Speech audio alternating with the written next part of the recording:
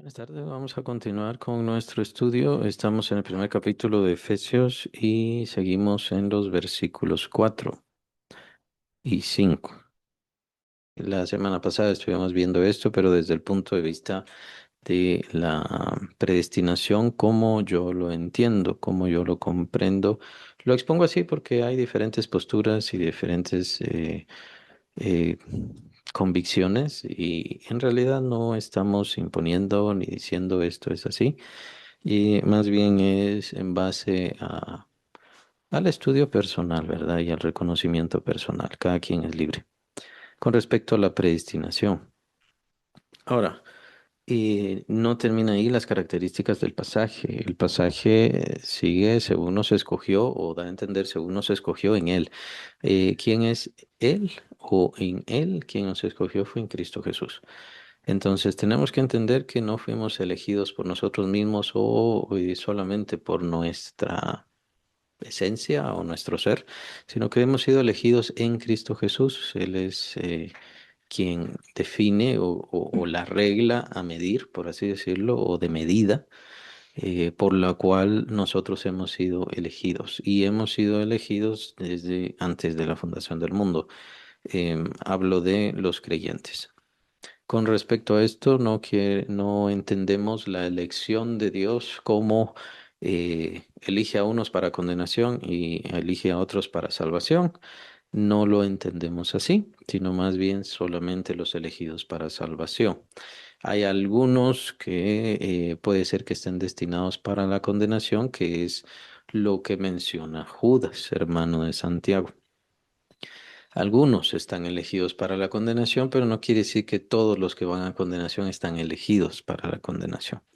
En el capítulo 11 de Romanos, lo que encontramos es que todos somos instrumentos de Dios, todos somos vasos útiles al propósito de Dios. Y cuando digo todos, obviamente me refiero a toda la humanidad, a todos los seres humanos. Y entre los seres humanos están los vasos, le llama el apóstol Pablo, vasos de misericordia o vasos en los cuales Dios va a mostrar toda su misericordia y están los vasos en donde Dios va a mostrar toda su justicia. Esto no necesariamente quiere decir que estén predestinados todos, sino simplemente que nadie va a escaparse del juicio divino, nadie va a escaparse de la intención y al final Dios es quien tiene el destino de todos o la eternidad de todos en sus manos y en su decisión. Es la decisión de Dios en dónde estará cada quien. Pero cada quien, todos somos instrumentos, eso es lo que da a entender el apóstol Pablo, somos vasos creados por Dios para poder mostrar ya sea la misericordia de Dios o para que Dios muestre toda su misericordia en nosotros, las riquezas de su misericordia o para que Dios muestre toda su justicia. Nuevamente, esto no indica que haya predestinación con respecto a esto, con respecto a todos. Y por supuesto, ya lo vimos la semana pasada, la predestinación no indica un orden específico y exacto de días y de situaciones en esos días. Es decir, en realidad la palabra predestinación, priorizo, que lo vimos la semana pasada, lo que indica es más bien una limitación.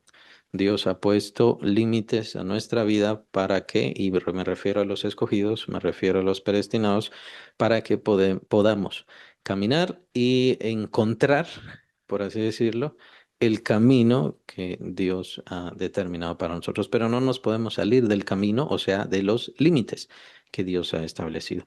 Y es así como yo veo la predestinación, no la veo como un ordenamiento fatal, místico o ninguna cosa así, ninguna cuestión del karma, que también que esto lo tienen algunas religiones, no lo veo de esa manera, sino más bien lo veo como limitar, tal como aparece ahí la palabra, Dios nos pone un camino por el cual andamos y si viniera de nosotros el ir por otro camino, pues no, es el camino sobre el cual Dios nos ha limitado.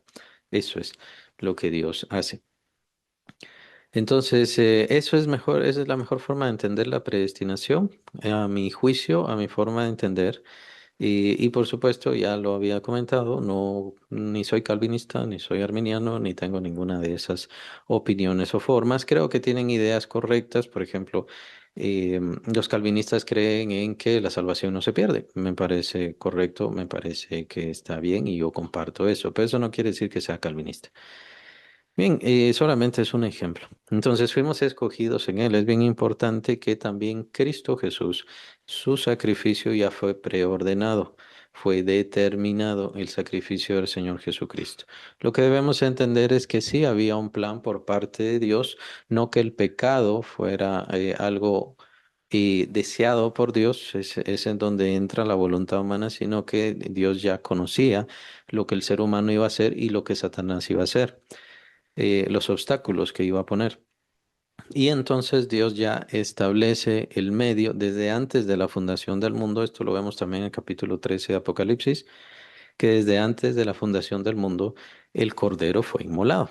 O sea, el Cordero que es Cristo Jesús ya estaba preordenado, ya estaba determinado o ya estaba puestos los límites para que este cauce llegara hacia el Cordero de Dios, que obviamente es el Señor Jesucristo. Entonces, ya estaba determinado el sacrificio de Cristo, ya nosotros habíamos sido escogidos y desde antes de la fundación del mundo nos escogió en Cristo Jesús, o sea, todo esto debía suceder, debía pasar. Y, ¿qué es lo que piensa cada quien al respecto? Es lo que trata de indicar el apóstol Pablo, cuál debe ser nuestra postura, nuestro pensamiento, nuestras intenciones. Creo que debería cambiar nuestra visión de nuestra vida. Nuestra vida no es un accidente. Casi podemos pensar, conforme a las situaciones humanas, que somos un accidente, que venimos de dos células a la mitad, por así decirlo, de nuestros padres que se unieron. Y bien podrían ser esta célula que vino de mi padre, pero habían millones de más de estas medias células. Y entonces cualquiera podría haber sido, pero en realidad no. En realidad no, porque ya había Dios había fijado todas estas cosas. Dios había determinado y puesto límites con respecto a ciertas cosas y algo muy importante, Dios ya nos había escogido. Nos conocía, nos amó, porque más adelante se menciona la palabra amor, nos amó y ya nos veía como hijos suyos. No fue un accidente. Claro, es cierto, nuestros padres fueron ese instrumento, esos vasos fueron necesarios para que viniésemos nosotros a esta existencia, pero en sí nuestro sentido de existencia es mucho mayor. Dios tiene un propósito para nosotros que fue ordenado desde antes de la fundación del mundo. Dios quiere hacer cosas para nosotros, o sea, o de nosotros. Dios tiene planes para nuestra vida. Y eso es lo que debería cambiar nuestra forma de ver y de comprender nuestra situación personal. Eh, Precisamente lo amados que somos, lo importantes que somos, lo, lo especiales. Somos más especiales que cualquier ser vivo de esta tierra, somos más especiales, incluso bien podría decirse que los ángeles. ¿Por qué? No solamente porque hubo una predestinación que no se sabe si es así con respecto a los ángeles, es decir, ellos solamente son hijos de Dios y vienen de Dios y no sabemos más si Dios había preordenado alguna situación con ellos, pero con respecto a nosotros, sí. Y no solamente esto, sino que nos escogió en Cristo Jesús, nos escoge en su Hijo Jesucristo. Esta unión con su Hijo Jesucristo era algo que se iba a dar y se había determinado desde antes de la fundación del mundo. Nuevamente, utilizando las bases del ordenamiento o la predeterminación que Dios da, no como el mundo lo entiende, que nuevamente lo comento, el mundo lo entiende como que en tal día, tal hora, tal fecha exacta. Tenía que pasar esto, esto y esto y así, hasta el punto en que todo está determinado. Esta es una forma mística de verlo. Entonces no es la forma que aparece conforme a los apóstoles.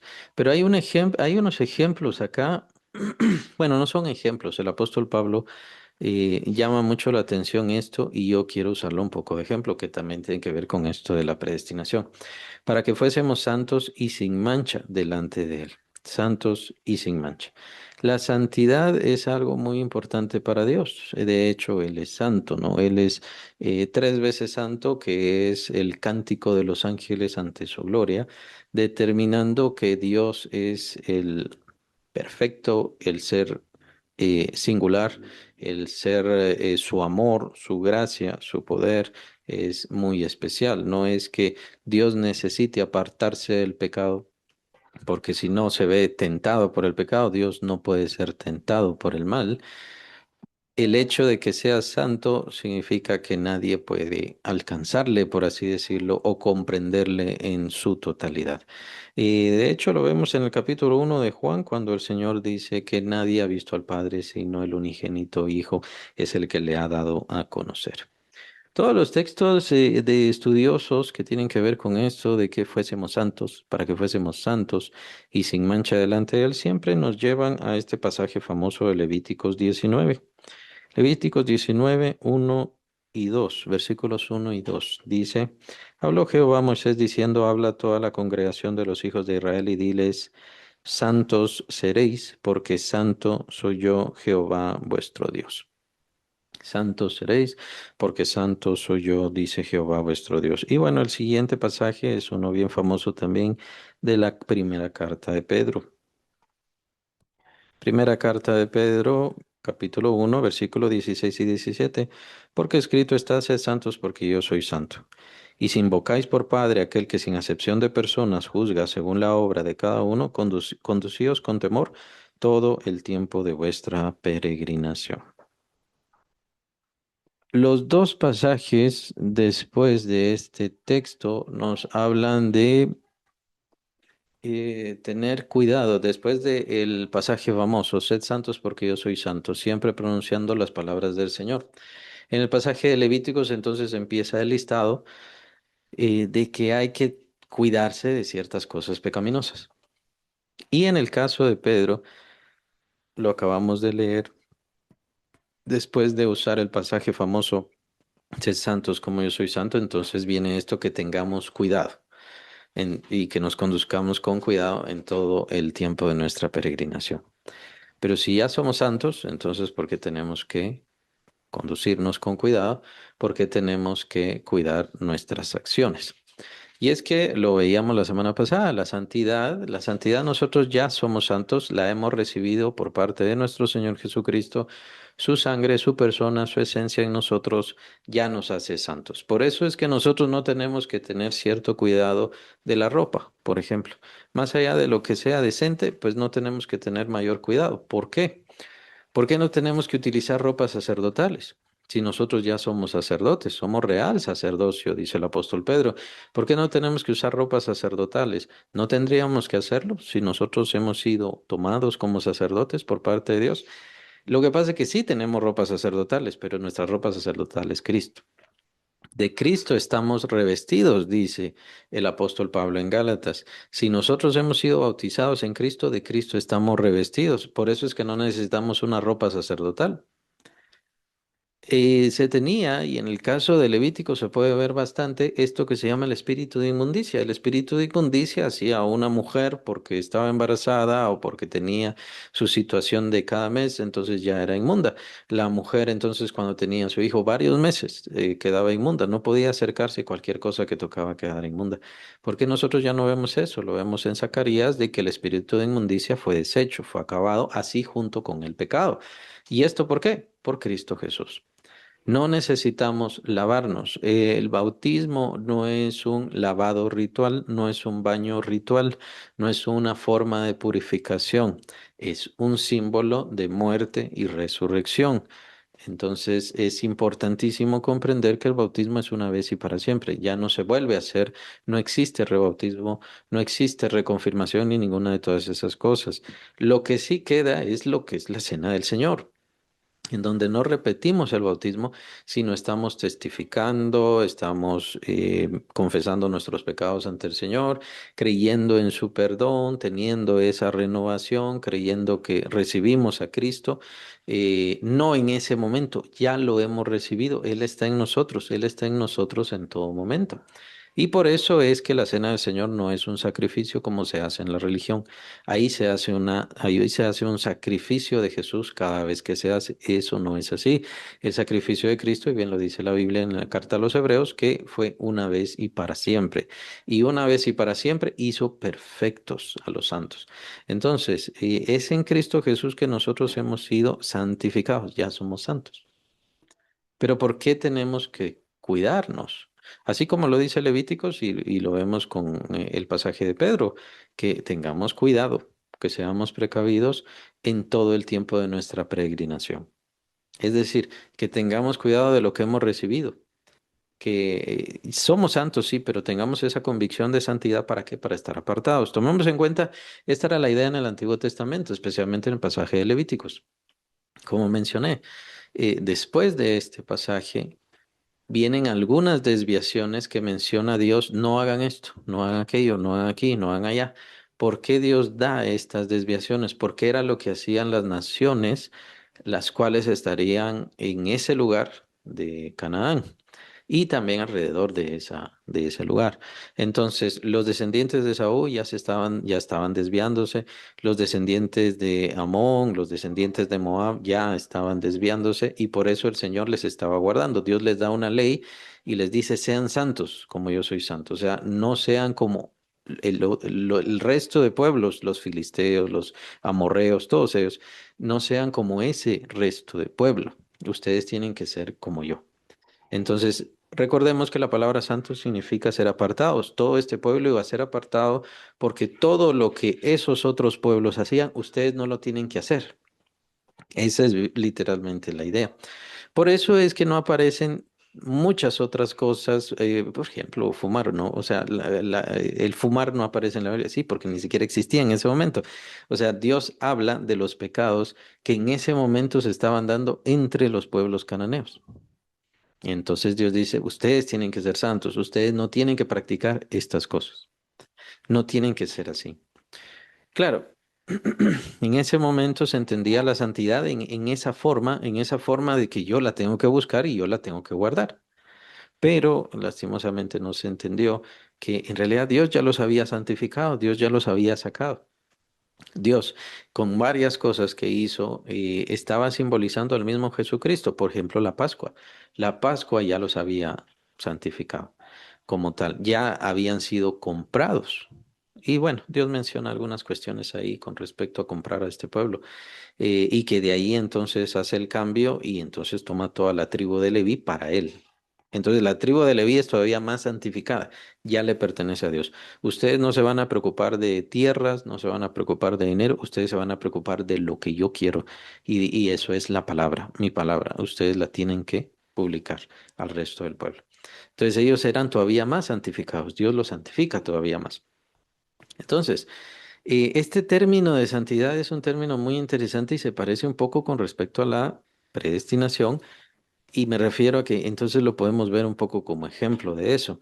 El hecho de que ya somos santos en Cristo Jesús, pero al mismo tiempo tenemos que ir cuidando la santidad o viviendo, yo le llamo más bien así, ir viviendo la santidad. No se trata de que voy ganando santidad, alcanzando santidad. em, comprando santidad, si se pudiera pensar así, no, sino que tengo que vivir la santidad que yo ya recibí y tengo que irla guardando, protegiendo. Es a eso a lo que se refiere el apóstol Pedro. Nosotros ya hemos recibido la santidad, entonces tenemos que ser cuidadosos. Hay otro pasaje que menciona que cuidemos nuestra salvación con temor y temblor. Y por supuesto, esto se malentiende. Estas cuestiones de la predestinación siempre empiezan a atacar la cuestión de la salvación y Satanás siempre quiere estas discusiones precisamente porque lo que quiere atacar es la seguridad de la salvación. Tenemos seguridad de salvación, sí, pero al mismo tiempo yo tengo que cuidar, no porque la pueda perder, sino porque es el mandato de Dios que tengo que irlo cuidando. Entonces, por ejemplo, en la predestinación, si yo he sido predestinado para ser salvo, ¿eso necesariamente quiere decir que ya está determinado el día, la hora exacta en donde yo voy a hacer mi profesión de fe? No necesariamente. Solamente está determinado o predestinado de que voy a convertirme. Pero el momento exacto, ahí es donde entra la cuestión o la variante humana. Puede ser de que se me pasó el tiempo. Puede ser que en un momento donde hicieron la invitación para venir a Cristo, a mí me dio miedo, me dio temor. Entonces voy a esperar a la siguiente. Y a la siguiente sí. Porque muchas veces cuando venimos a Cristo no venimos porque siento una gran pena, una gran necesidad, una gran fe o ninguna cosa. Solamente tengo la seguridad, tengo la confianza y quiero. Sé que tengo que tomar mi decisión por Cristo y lo quiero hacer. Pero incluso pudieron pasar algunas cuantas veces en donde yo dije, pues no, ahorita tengo temor. Ahí es donde entra la variable humana, en donde entra la decisión personal. Es en donde, pues como mencionaba, estos grupos no logran comprender de que puede existir la predestinación divina en donde Dios nos elige desde antes de la fundación del mundo y también existe la voluntad humana, el deseo humano, la intención humana. Claro, entonces empiezan a hacer estas conjeturas, pero entonces si existe la voluntad humana, entonces no se puede perder la salvación o una persona predestinada, entonces puede perder la salvación. Existen todas estas conjeturas y lógicas. En realidad yo no las veo de esa manera ni hago estas conjeturas. Una persona predestinada va a ser guiada y limitada para que vaya a tomar su decisión por Cristo. Y ya estuvo. Pero ¿por qué es salvo?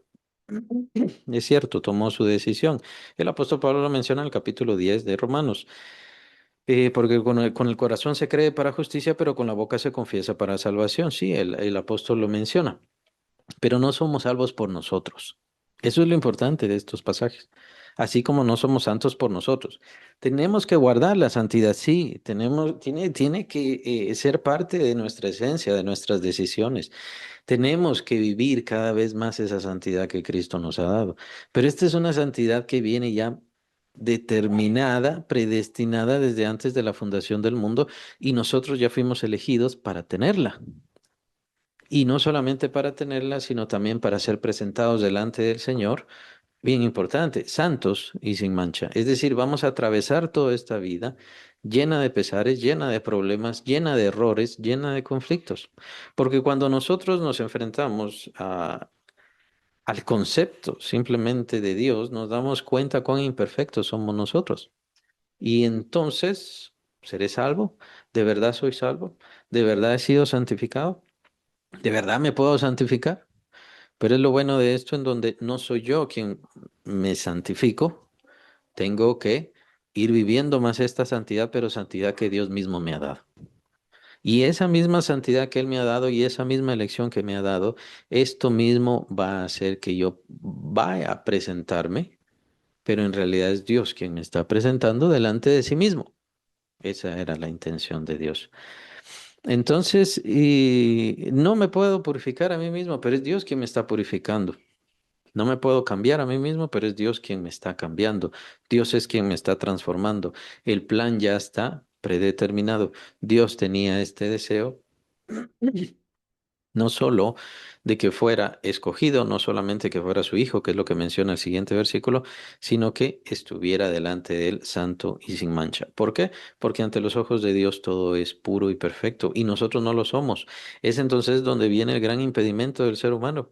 El apóstol Pablo lo menciona en el capítulo 3 de Romanos, que ningún hombre puede justificarse ante Dios por medio de las obras de la ley. Y es lo que todos deberíamos entender. Las obras no me van a justificar. La justicia viene de Dios. Es la justicia de Dios la que me hace justo y me hará eh, estar presente, santo y sin mancha delante de Dios. ¿Qué es lo que tengo que hacer yo? Yo simplemente tengo que seguir el cauce que me da Dios. Solamente tengo que seguir el camino que Dios pone delante de mí. Eso es lo único que tengo que hacer. No. no estorbar a Dios. Y obviamente entonces vienen las conjeturas, entonces si puede estorbar a Dios, entonces no puede. Podemos estorbar a Dios, el punto es que también Él viene y nos estorba, es parte de la voluntad de Dios y es parte de la predestinación, es donde entonces Él pone sus límites. Este es el cauce que tienes para andar, es por aquí que tienes que caminar. ¿Por qué? Porque Él me está llevando delante de Él y para presentarme ante Él santo y sin mancha. Y entonces es un camino puro, perfecto, pleno, el cual ha puesto delante de nosotros. Somos nosotros los que insistimos en hacer lo malo, somos nosotros los que insistimos en complicar todo este proceso, todo este camino. Me gusta mucho la expresión que usa Pedro, la acabamos de leer, el tiempo de nuestra peregrinación. Aquí apenas somos peregrinos. Dios tiene un propósito y es lo grande de esto, lo grande de la visión espiritual y celestial que tienen los apóstoles al respecto, en donde creemos que venimos a Cristo solamente porque me predicaron el Evangelio, entonces yo creí, pero es que el plan viene mucho antes, de mucho antes, en donde Dios nos ha escogido desde antes que existiera el mundo, desde antes que existiera el sol. Desde entonces ya nos conocía, desde entonces ya nos eligió y desde entonces ya nos hizo parte de este plan en donde el principal iba a ser su Hijo Jesucristo. Él iba a ser el principal y es en Él que nos ha elegido. Nos ha elegido y es bien importante comprender. La verdad, el final de este versículo 4 es en amor, como aparece en el versículo 5. Ese, como inicia el versículo 5, en amor, en realidad es el final del 4 en amor. Entonces es en amor que Dios ha hecho todas estas cosas. Mencionaba que en el capítulo 11 el apóstol Pablo sí es cierto que nos habla como vasos, porque de hecho está hablando del Israel, está hablando de los judíos. Nos habla entonces como a vasos. Sí, pero no somos solo vasos, no solo Dios pone o Dios nos pone a nosotros como muestras, como útiles, como necesarios para un objetivo. Este objetivo no es un objetivo muerto, es un objetivo vivo porque es el objetivo del amor de Dios. Dios en nosotros que nos ha elegido para presentarnos ante Él, en su Hijo, santos y sin mancha, es un plan de amor. Es un plan de amor. De hecho, diría yo, esa es la razón por la cual crea el mundo. Nosotros no fuimos creados porque el mundo fue creado. El mundo fue creado porque Dios nos había escogido a nosotros y quería formarnos como hijos suyos. Es una obra bastante grande, de la misma forma que entregar a su Hijo Jesucristo fue una obra, diría yo, la más difícil, la más pesada, la más complicada para Dios, la más terrible, el entregar a su Hijo Jesucristo a la muerte por nosotros. Pero imagínense cuál fue la ganancia de esa obra. La ganancia de esa obra somos nosotros como hijos de Dios, no presentados, y es parte de lo bueno de esto, no nos presentamos a nosotros mismos por nuestras fuerzas. Es Dios quien tiene objetivos y planes sobre nuestra vida.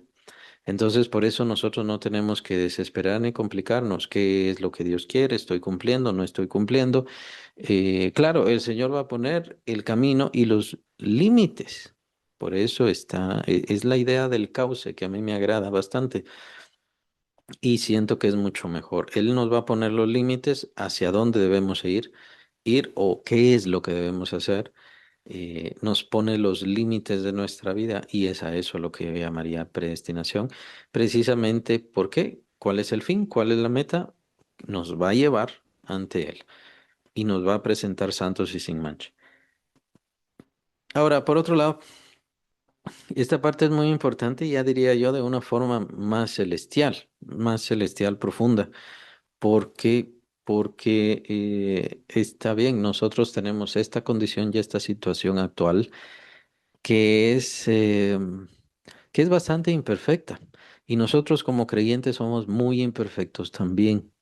Pero como estamos viviendo en este mundo, no nos preocupa, al menos no tanto. Es decir, lo que vemos es muchos defectos, muchos errores, muchas complicaciones alrededor nuestro. Entonces, simplemente nosotros estamos viviendo una vida no como la del vecino, no como la de la vecina. Entonces, simplemente decimos, bueno, sí, estoy bien. Pero cuando nos enfrentamos a la santidad y a la pureza divina, es decir, me refiero a lo celestial, entonces nuestras vidas pienso yo que serían otra cosa. Cuando nos enfrentamos a esa falta de límites que hay en el cielo, entonces lo primero que uno diría yo pensaría es cuántos errores he tenido y cuántos errores tengo ahora y cuántas cosas incorrectas hay en mí, ¿no? Pero es el propósito de Dios y eso es lo bueno de este versículo 4. El propósito de Dios y el plan de Dios tiene que ver con presentarnos ante Él santos y sin mancha. No por nuestras fuerzas, no por nuestra capacidad. Este plan ya se veía venir desde el Antiguo Testamento. Prácticamente el pasaje que vimos de Levíticos tiene que ver con eso. Pero obviamente no tenía todo el plan, pues obviamente todo esto era en Cristo Jesús.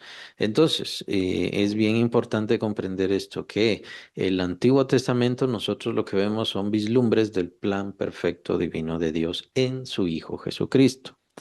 El Hijo de Dios no es un añadido o es un después, o como se me arruinaron los israelitas o los judíos también después, entonces ahora voy a ir con los gentiles, o como no recibieron a Cristo los judíos, entonces va a ir a los gentiles. No es un añadido.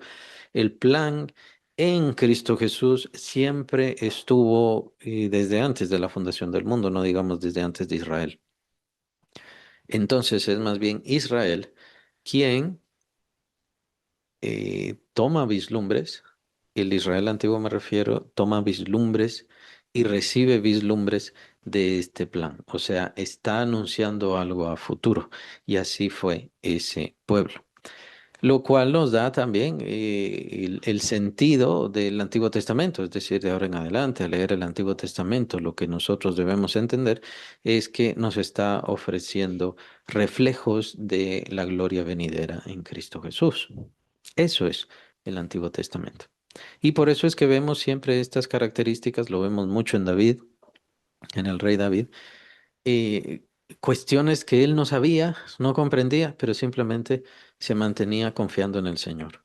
Él sabía que iba a ir al Sheol, pero él se quedaba confiando en el Señor. Solamente mi confianza está en Él. Él es el que tiene el plan. No conocía el plan, no comprendía el plan, pero lo ponía todo en las manos del Señor. Al igual perdón, que todas las profecías, especialmente las que tienen que ver con Cristo, ¿por qué? ¿Por qué él hablaba? Tenía estas profecías, no lo comprendía, pero era el Espíritu Santo hablando por medio de él y escribiendo estas cosas que serían los reflejos precisamente de Cristo cumpliéndose especialmente cuando él muere en la cruz. Entonces, el plan en Cristo es primero, es más importante, es perfecto, es pleno y es lo que nos lleva ante la presencia de Dios, pero no somos creyentes perdonados o pecadores favorecidos.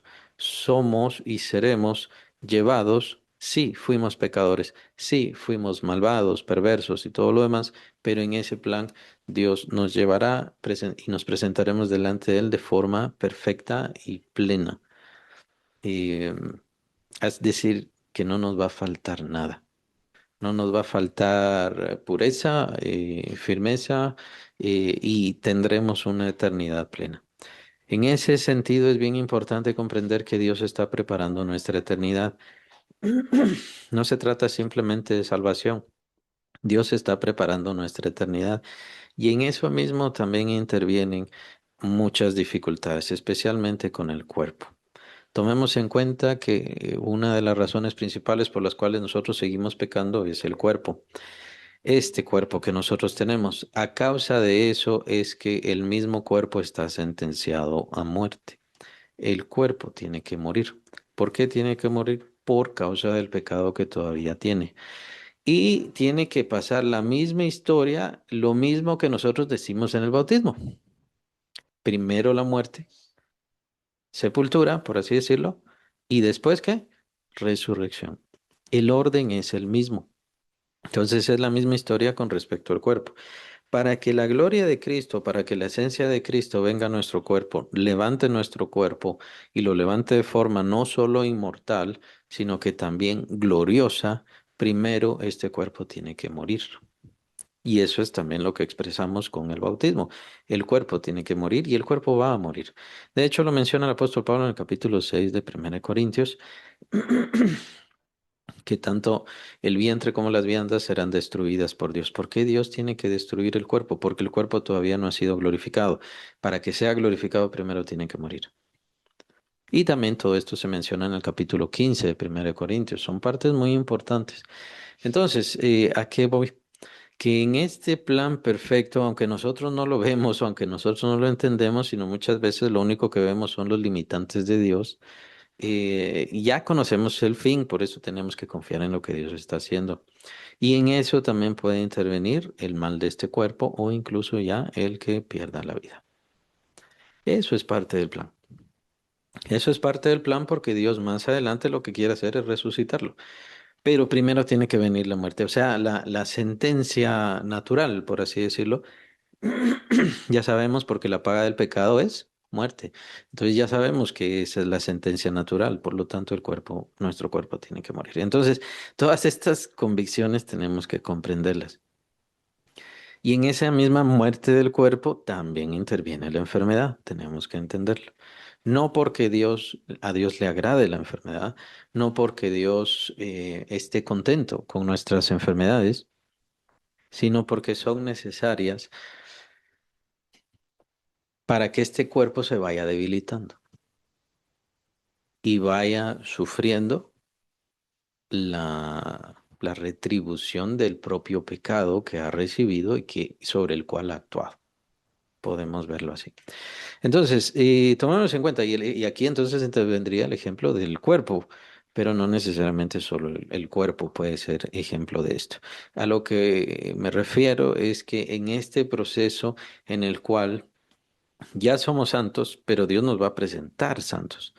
eh, Hay cambios y hay transformación en nuestra vida, en nuestra forma de ver las cosas, de tal manera que seremos presentados ante Dios de forma santa, perfecta y plena, de tal manera que no le tendremos o lo tendríamos que envidiar nada a ninguno de los ángeles.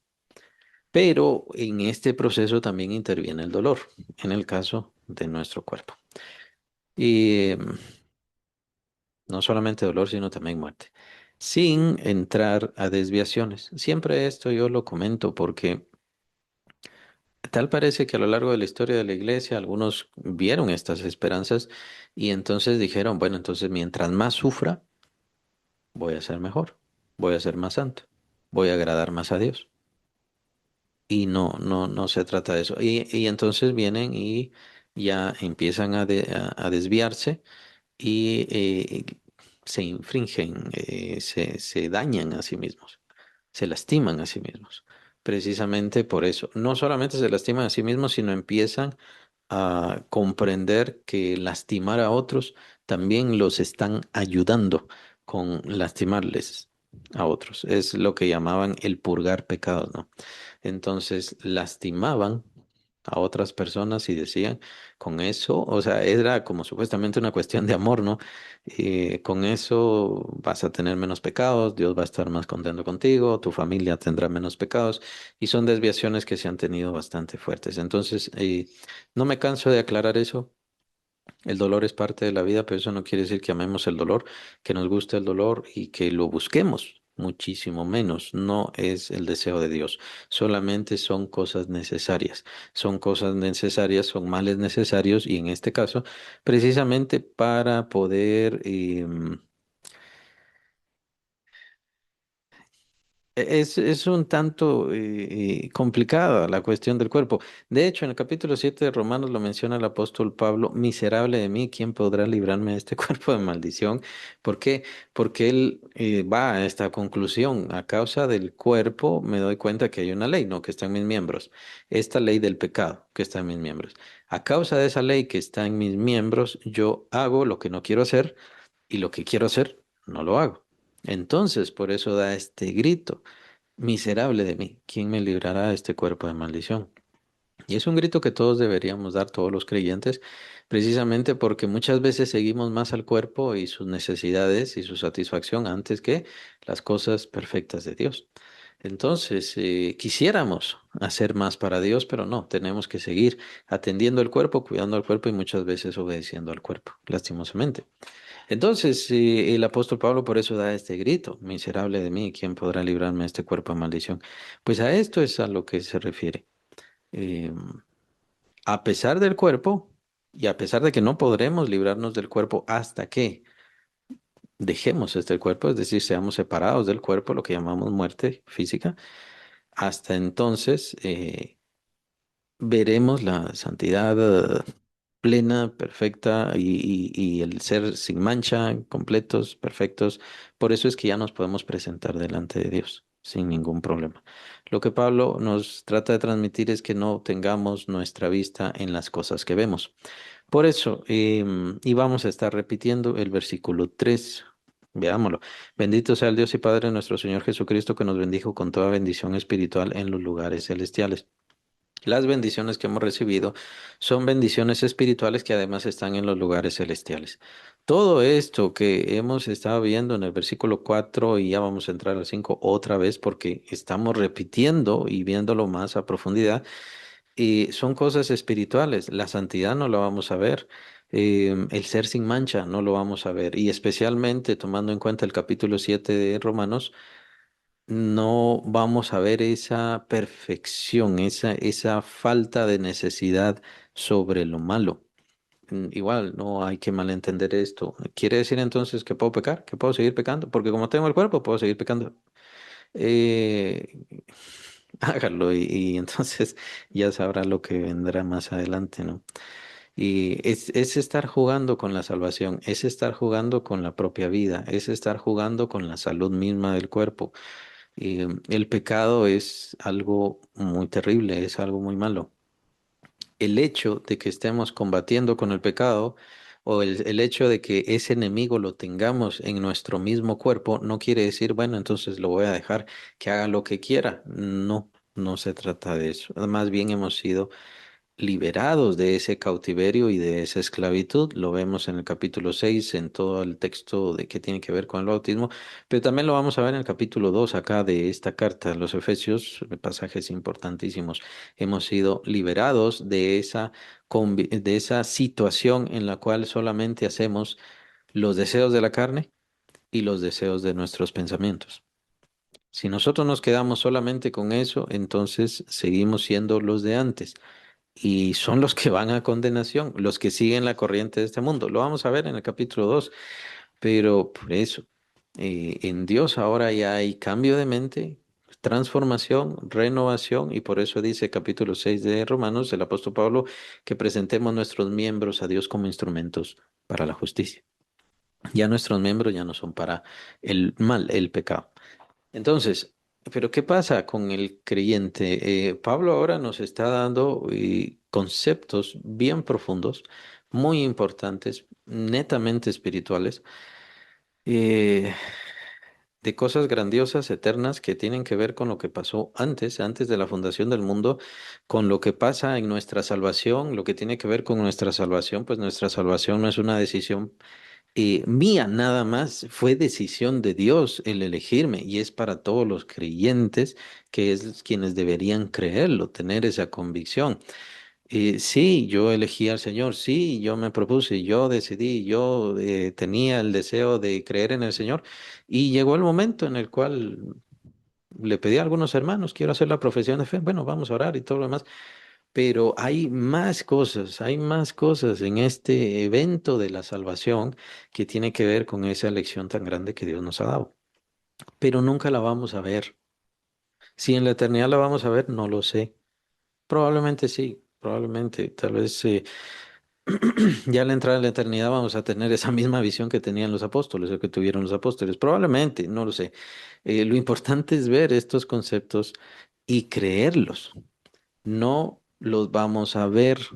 Entonces, no vamos a ver ningún cambio en nuestro cuerpo porque los cambios en nuestro cuerpo los vamos a ver hasta que venga la resurrección. Es bien importante entender eso. Por eso es que seguimos conociendo la enfermedad, seguimos conociendo la vejez, la debilidad y por supuesto ya saben lo que viene después. Pero todo esto es parte también del mismo plan y es necesario. Es necesario que vengan estas cosas. ¿Para qué? Para que pueda surgir el Hijo de Dios glorificado y ya transformado por la misma esencia de Cristo. Entonces, Pablo lo que quiere es acostumbrarnos a estas cosas grandes que nosotros no las vamos a ver. ¿Para qué? Porque tenemos que tener la convicción sobre ellas, porque lo que está haciendo es fortalecer nuestra fe, haciéndola más sólida, haciéndola más fuerte. Esa es la idea. Entonces, no pongamos nuestra confianza en mis buenas acciones porque estoy buscando la santidad. No estamos buscando la santidad, ya tenemos la santidad. Lo que tenemos que hacer es vivirla, pero en serio vivirla. Quien no la vive es porque no tiene la convicción y entonces surge el problema. ¿Tendrá la fe sobre eso? Porque una cosa es tener confianza, lo vimos en en el capítulo 3 de Filipenses y vimos esa gran diferencia. Es bien importante tener estos conceptos porque una cosa es tener confianza, algo así como lo que dice Santiago, los demonios creen y tiemblan. Los demonios no es en sí que crean, sino que saben. Los demonios saben. Y hay mucha gente que sabe y piensa que cree, pero eso no necesariamente quiere decir que sea fe.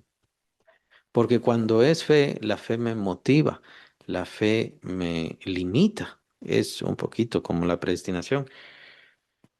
O la misma fe es también utilizada por Dios como instrumento para la misma predestinación.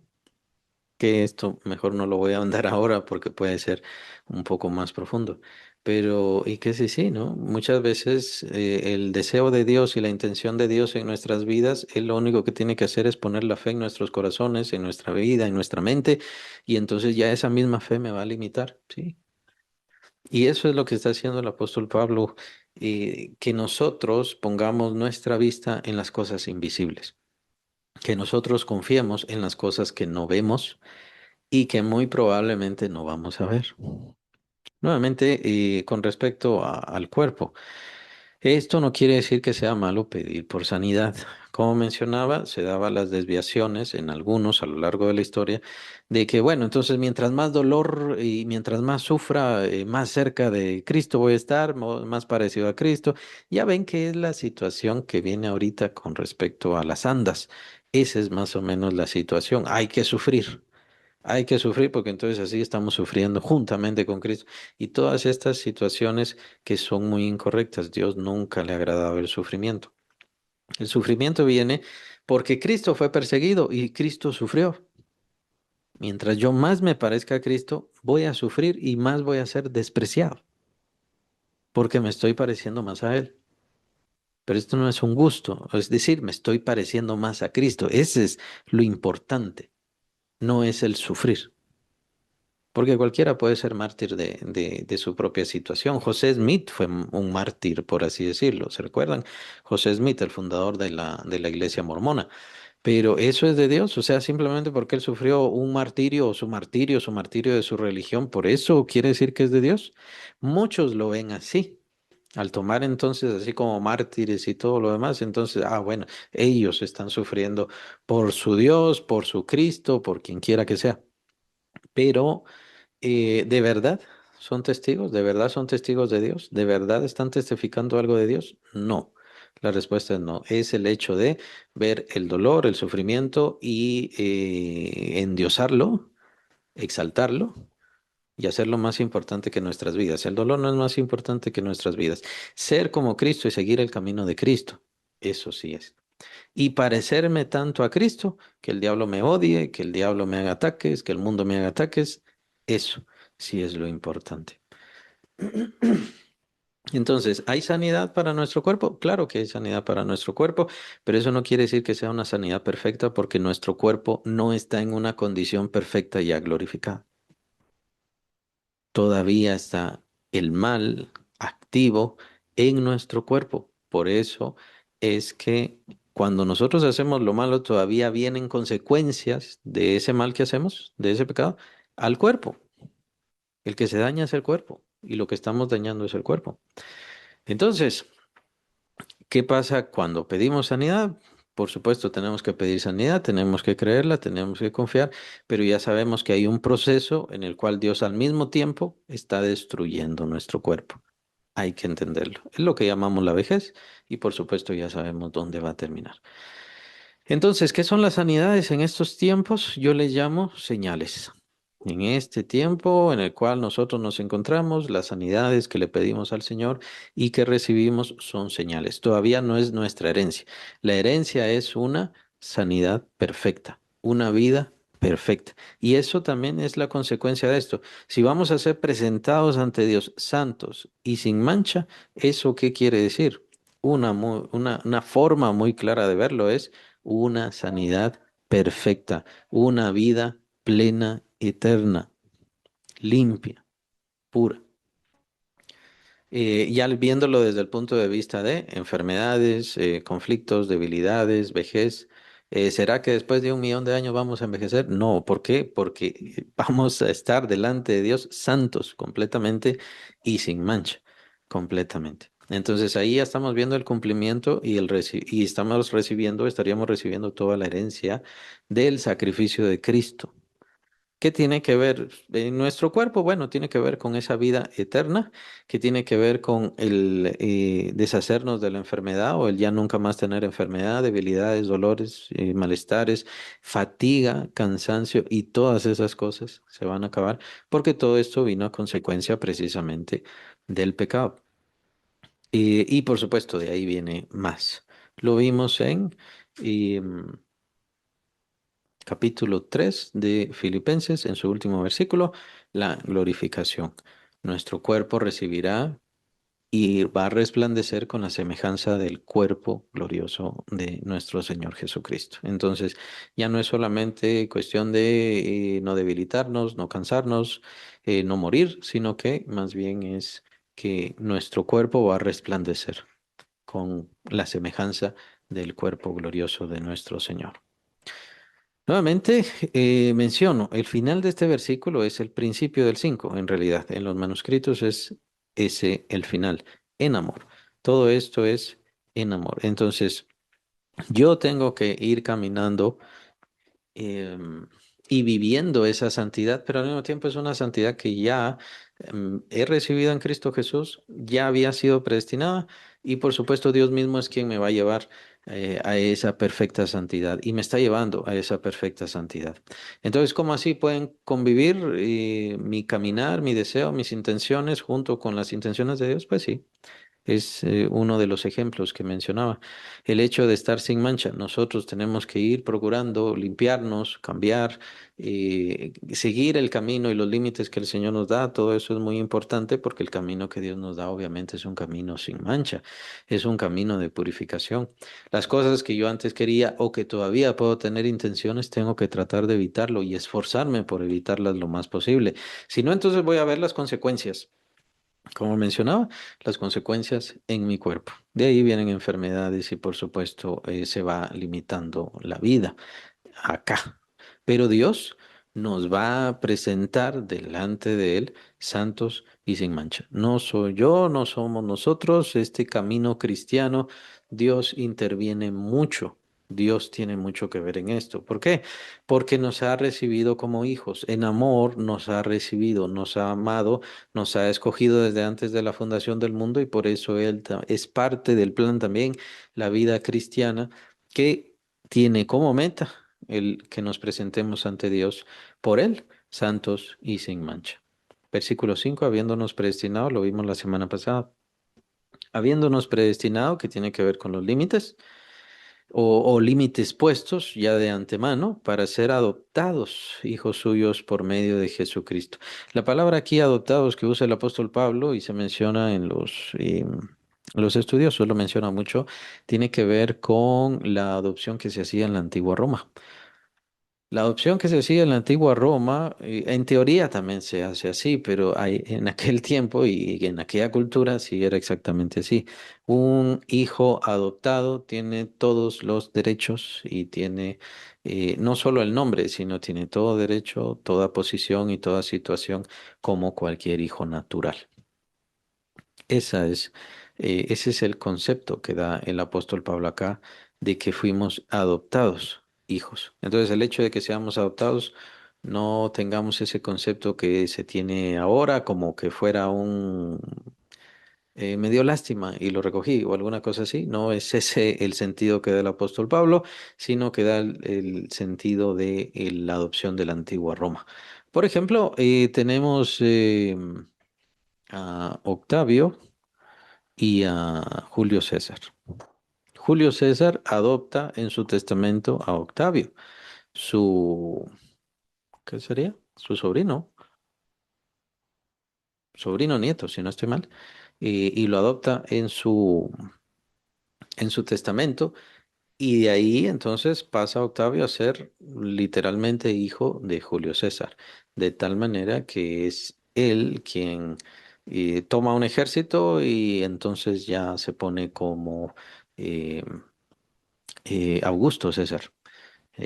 Ya viene a tomar el lugar de Julio César en el reinado y ser el emperador de, de Roma. Ese es uno de los grandes ejemplos, podría poner, pero por supuesto en aquel entonces se daba mucho todo esto. Entonces, el hecho de ser hijos de Dios, de ser adoptados hijos de Dios, no es como que solamente perdonados.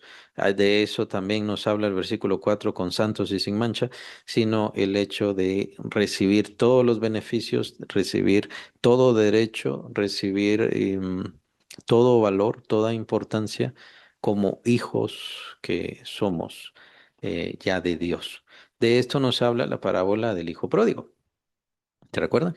Cuando el hijo pródigo dice, no soy digno, ya no soy digno de ser llamado tu hijo, hazme como uno de tus jornaleros. ¿Y qué dice el padre? Tráiganle ropa nueva, pónganle calzado, pónganle un anillo en su dedo. Y todo esto tiene que ver con autoridad, tiene que ver con posición, tiene que ver con importancia. Lo que el Padre quería es que él viniera diferente y lo menciona al final de la parábola nuestro Señor. Entonces Dios nos recibe en el cielo y en la eternidad. Y para todos los de la eternidad nos recibe de una forma eh, no solo perdonados, que sí lo somos, sino que lavados, purificados, apartados, recibidos, amados, cuidados y transformados. Son los derechos que tenemos, no en esta tierra, por supuesto, y no en esta situación de vida. Por eso hacía el llamado siempre a ver el versículo 3: son bendiciones espirituales en los lugares celestiales. Entonces Pablo no estaba haciendo un llamado a los esclavos de aquel entonces, levántense como esclavos, porque ustedes ya son hijos de Dios, levántense como esclavos y entonces quítense las cadenas y todo lo demás. Pablo lo más que menciona, lo menciona en una de las cartas a los Corintios, lo más que menciona es si puedes procurar tu libertad, o sea, pagándola, que se permitía en la antigua Roma, si puedes procurar tu libertad es mucho mejor. Ahora, si no, sirve. Esa es la condición de este mundo. Entonces, ¿a qué hago la atención? Hago la atención a que son cosas espirituales. No tienen que ver con esta condición de este mundo. En este mundo somos esto, somos aquello, pero en Cristo Jesús somos muy diferentes. Esa es la idea entonces, que nuestro concepto de nosotros, que nuestro concepto de eternidad, que nuestro concepto de mundo, que nuestro concepto de Dios vaya cambiando. Es bien importante si uno viene de la religión, como mencionaba, especialmente una religión donde adoran el dolor, donde adoran el estar lejos de Dios, eso es muy importante también. Se necesitan muchos intermediarios, ¿por qué? Porque Dios está enojado, Dios está molesto, Dios está irritado. Entonces hay que poner diferentes intermediarios porque ellos son los que están más cerca de Dios, entonces pueden hablarle más directamente a Dios. No necesita eso. Hemos sido adoptados como hijos de Dios y hay que cambiar los conceptos. Esto tiene que ver con nuestra condición en lo celestial. Pablo lo va a mencionar también en el capítulo 2, los lugares celestiales que menciona en el capítulo 3. Pablo nos está hablando de nuestra situación espiritual, y lo espiritual en nosotros también es eterno. Es glorioso, es infinito y tiene que ver con nuestra condición y posición ante Dios mismo. Entonces siempre es bien importante ver cómo une el apóstol Pablo siempre el nombre del Señor Jesús. Este no es un modismo que tiene el Señor Jesucristo. Ahora dice, hemos sido adoptados hijos suyos por medio de Jesucristo. No existe alguien adoptado afuera de Cristo Jesús. No existe alguien tomado por Dios como hijo si no es por medio de su Hijo Jesucristo. Por eso es que nuestra convicción, nuestra palabra, nuestra fe es completamente exclusiva. Alguien afuera de Cristo no tiene nuestra fe, no tiene nuestra confianza. No somos hijos de Dios, o sea, no somos hermanos en Cristo. Nosotros jamás podríamos mencionar el término hermanos separados ni ninguna de esas cosas. O es hermano o no es hermano. Y a eso me refiero con exclusivo. No porque nosotros estemos excluyendo a las personas, ellos mismos se excluyen porque se excluyen de las ventajas y las bendiciones de Cristo Jesús. A causa de eso, ellos no conocen a Cristo, ellos no ven a Cristo, ellos no pertenecen a Cristo, por lo tanto, no tienen nada con Dios. Y lo que acabamos de ver, que tiene que entenderse sobre las regiones celestiales, las regiones espirituales, ante la misma presencia de Dios, el ser santos, puros, sin mancha, que espiritualmente ya lo somos porque ya hemos sido redimidos por Cristo, pero todavía nos hace falta soltar este cuerpo. Al soltar este cuerpo, estamos inmediatamente ante la presencia de Dios, lo vimos. Y en Filipenses, si no estoy mal, ausente del cuerpo, presente con el Señor, más quisiera estar con el Señor, lo cual sería la muerte para mí sería ganancia, dice Pablo, porque quisiera estar ya con el Señor inmediatamente. Entonces, Pablo menciona en ese pasaje también ausente del cuerpo, presente con el Señor. No existe un camino de perfección, de cambio, de purificación. Ya hay santidad, pero nadie afuera de Cristo tiene santidad o tiene pureza. Y por supuesto, tampoco tiene perdón. Cristo Jesús, y aquí es donde se complica un concepto, no lo puedo explicar exactamente, pero Cristo Jesús sí es la propiciación, es lo que menciona el apóstol Pablo, capítulo 2 de primera de Juan. Eh, no sé si dije apóstol Pablo o dije apóstol Juan. Bueno, el apóstol Juan lo menciona en el capítulo 2 de su carta, su primera carta. El Señor Jesucristo es la propiciación por nuestros pecados, dice Juan, pero no solamente por los nuestros, sino por los de todo el mundo. Pero eso no quiere decir que todo el mundo esté perdonado o que esté justificado. Tiene que ver con recibir a Cristo y ese es el perdón que condena a las personas. Muy probablemente esa podría ser la explicación, esa podría ser la razón, pero yo mejor me quedo con el concepto que da el apóstol Juan.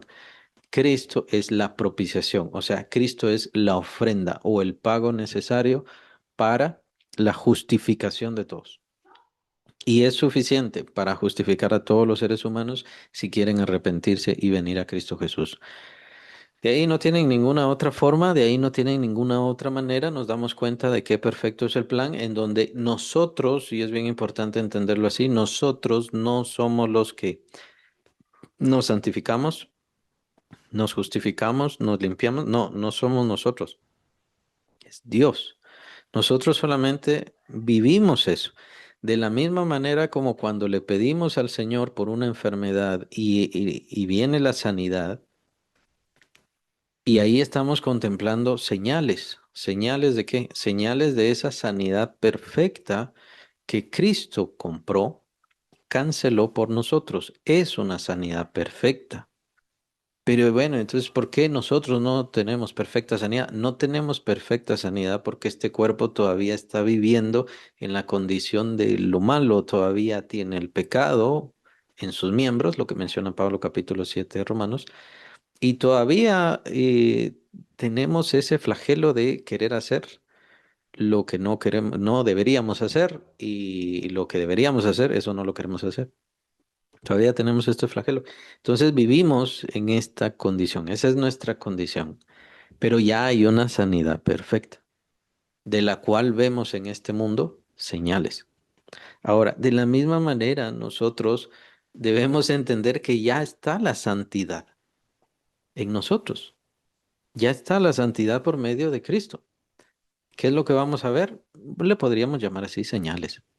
Aunque no necesariamente señales, y ahí ya viene una transformación, y ahí ya viene un cambio.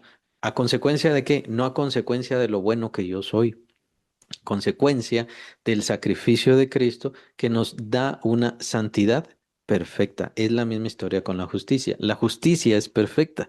La justicia que nosotros hemos recibido es completa, eterna, perfecta, de lo cual vamos a ir viendo señales, vamos a ir viendo cambios, por eso es que viene el Espíritu Santo a transformarnos, perdón, lo vimos capítulo 3 de 2 de Corintios, el Espíritu Santo viene a transformarnos.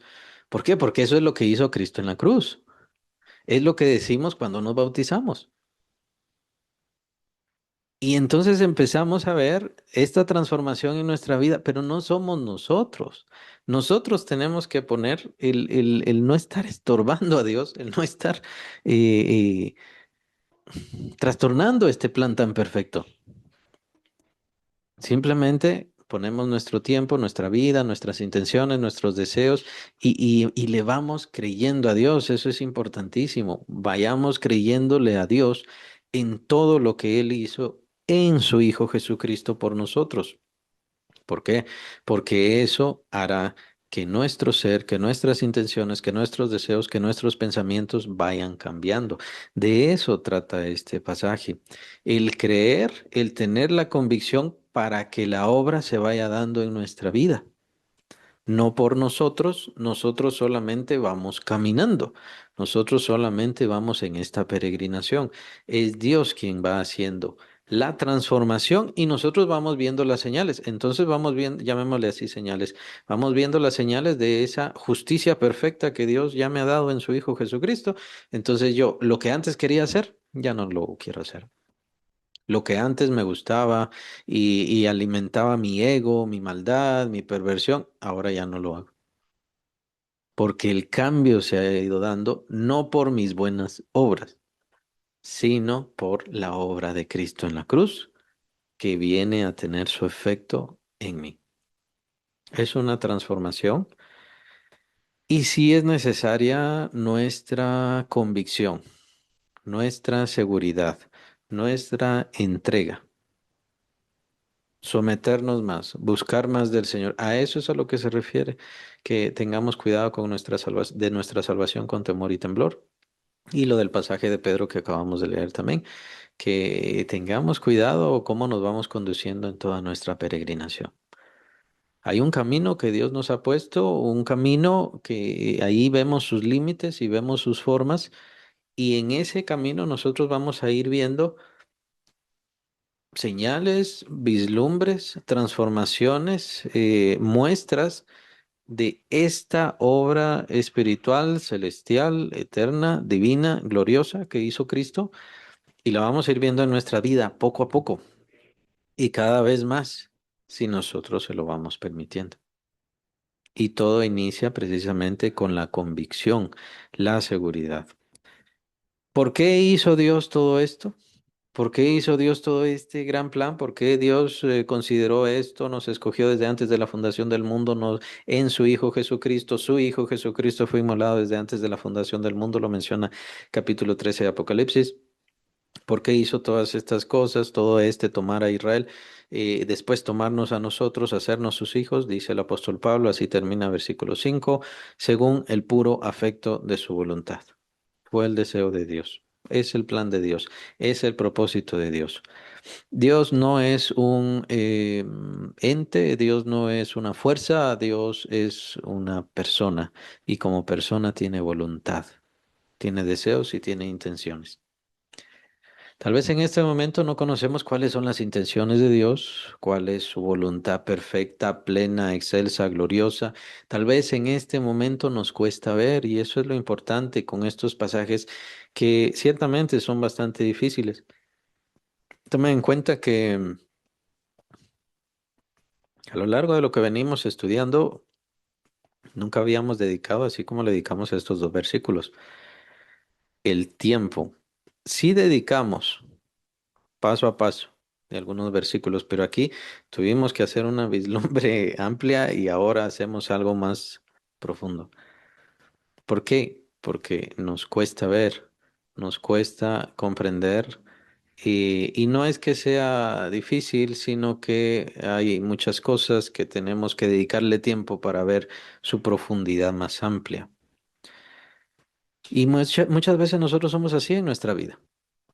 En nuestra vida muchas veces no comprendemos si yo soy hijo de Dios, entonces ¿por qué me va así? ¿Por qué me suceden estos males? ¿Por qué vienen estas complicaciones? ¿Por qué mi situación de vida está así? Y claro, ¿qué dice el mundo? El mundo nos dice que, el mundo, me refiero a, claro, el mundo nos dice que Dios no existe, que Dios nos abandonó. Si es que existe, entonces nos abandonó, a Dios no le importa, Dios no tiene sentido, quién sabe por qué lo quiso hacer y demás. Eso es el diablo.